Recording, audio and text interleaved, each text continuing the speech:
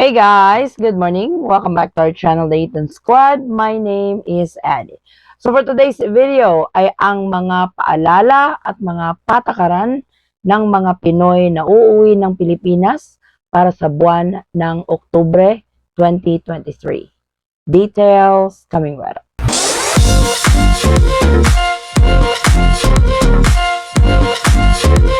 If you are a foreign national watching this video, we actually have an English version of this.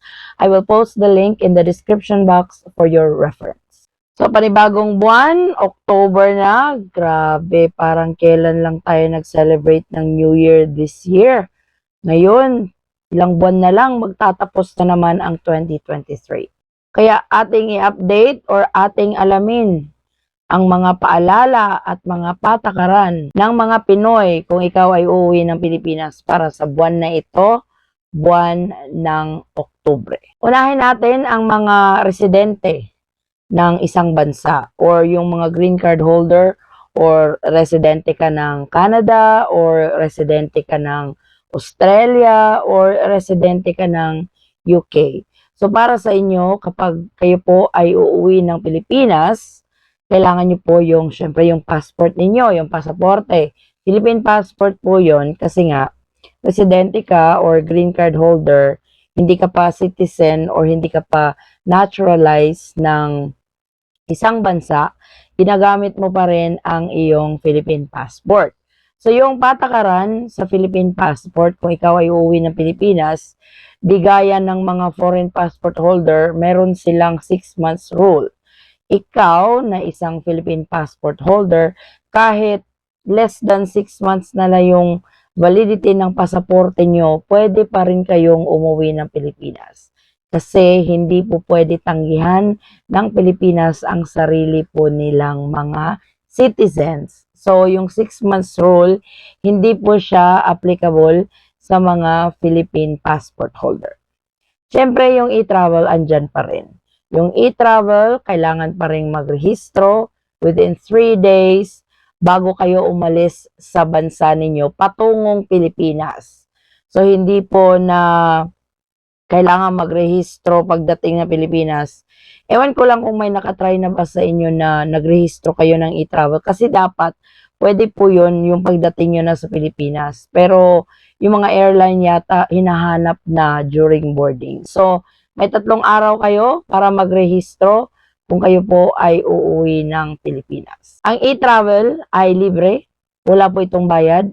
So, dapat dun po kayo sa legit na website, etravel.gov.ph. Ang dami pong nabiktima ng scam na ito kasi kapag tinype nyo yung e-travel sa Google, ang daming website na nag-offer ng e-travel QR code.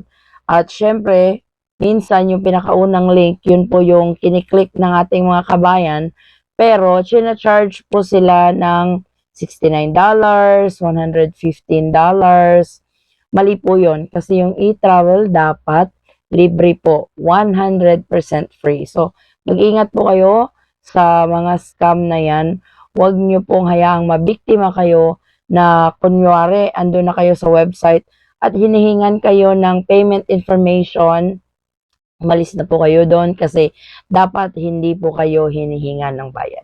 So, ang e-travel ay para sa lahat kapag ikaw ay uuwi ng Pilipinas, regardless sa iyong edad, kung kayo ay babiyahe na magpamilya, for example, 5 kayong uuwi ng Pilipinas, kasama yung mga anak ninyo, dapat may 5 kayong e-travel QR code.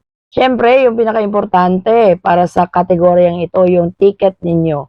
So, bilang residente or green card holder sa isang bansa, pwede kayong mag-book ng one-way ticket pauwi ng Pilipinas. So, hindi kayo required sa return ticket. Kasi sa ibang kategorya, lalo na kung ikaw ay papasok ng Pilipinas na tourist, hindi po pwede yung one-way. So, ikaw na residente ng isang bansa or green card holder ka ng isang bansa, pwede kang bumiyahe ng Pilipinas na one-way ticket lang yung bibilhin nyo. Kung kayo ay uuwi kasama yung mga foreign spouse ninyo, yung mga anak ninyo na mga foreigner na din, pwede din yun sila mag one-way ticket kasi nasa batas po yun. Nakapost po yan sa Facebook page ng Bureau of Immigration na pwede silang bumiyahe na one-way ticket kasi kung bakasyon, hindi nyo alam kung kailan kayo uuwi. So, hindi alam kung kailan kayo magbubook ng ticket.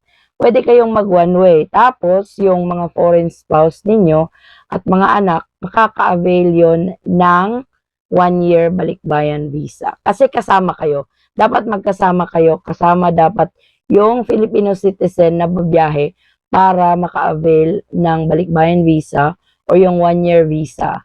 Free po yon. Sa pagdating ninyo sa Pilipinas po yun ibibigay during immigration process. Kapag nasa linya na kayo ng immigration, tatatakan po yung pasaporte ng foreign spouse niyo at mga anak ninyo ng 1 year. Ikaw na Pinoy, wala po yun. Yung date lang ng pagdating ninyo kasi unlimited yung stay ninyo. Though, yung mga green card holder or mga residente, for example, ibibigay ko na example is yung US. Kung green card holder ka sa US, meron ka lang limitado na time na wala ka sa US. Ang sabi nila 6 months, dapat nakabalik ka na ng US in 6 months time. Meron namang ibang nagsasabi, pwede 1 year for as long as kayo ay nag-apply ng re-entry permit. So, dapat alamin nyo po yun. Kung kayo po ay isang residente ng isang bansa at gusto nyong magbakasyon sa Pilipinas ng matagal, alamin po yung mga patakaran ng bansang naging residente kayo kasi meron din yun silang mga kanya-kanyang rule. Sa declaration naman, declaration form, ito ay para sa mga pasaherong lalapag sa Terminal 1. Kung kayo ay lalapag sa Terminal 3, yung papel pa rin yung binibigay nila. Pero yung sa Terminal 1, pwede na yon online. Ito lang po, kung may i-declare kayo, for example, may mga dala kayong pasalubong, madami kayong dalang pasalubong na kailangan talagang i-declare sa Bureau of Customs, i-declare nyo po yun. Pwede nyo po yung gawin online. 3 days bago yung alis ninyo papunta Pilipinas. Kung ayaw nyo namang mag-online, pwede nyo ding i-print yung form at i-fill out ninyo at ibigay nyo na lang sa Bureau of Customs pagdating ng Pilipinas kung may i-declare kayo na mga items na kailangang i-declare. Para naman sa mga dual citizens, pareho pa rin ang inyong requirement. So, yung e-travel, magre-rehistro pa rin kayo. Yung ticket, pareho pa din. Pwede kayong bumiyahe na one-way ticket lang yung bibilhin ninyo kasi dual citizen ka. Citizen ka ng particular na country, citizen ka pa rin ng Pilipinas. Ito yung mga Pinoy na pumuntang abroad, nag-naturalize sa abroad, tapos nag-apply ng dual citizenship, yung ni-retain nila yung pagiging Pinoy nila. So, e-travel, ticket, pasaporte. So, kung ikaw ay isang dual citizen, meron kang foreign passport at meron ka ding Philippine passport. So, gagamitin nyo usually yung dalawa kasi dual citizen kayo. In case wala kayong Philippine passport, pwede nyo pong gamitin yung dual citizenship documents ninyo. Nung nag-apply kayo ng dual citizenship, may binigay sa yung certificate, pwede yung gamitin kapag kayo ay uuwi ng Pilipinas para malaman nila na dual citizen ka kahit wala kang pasaporte.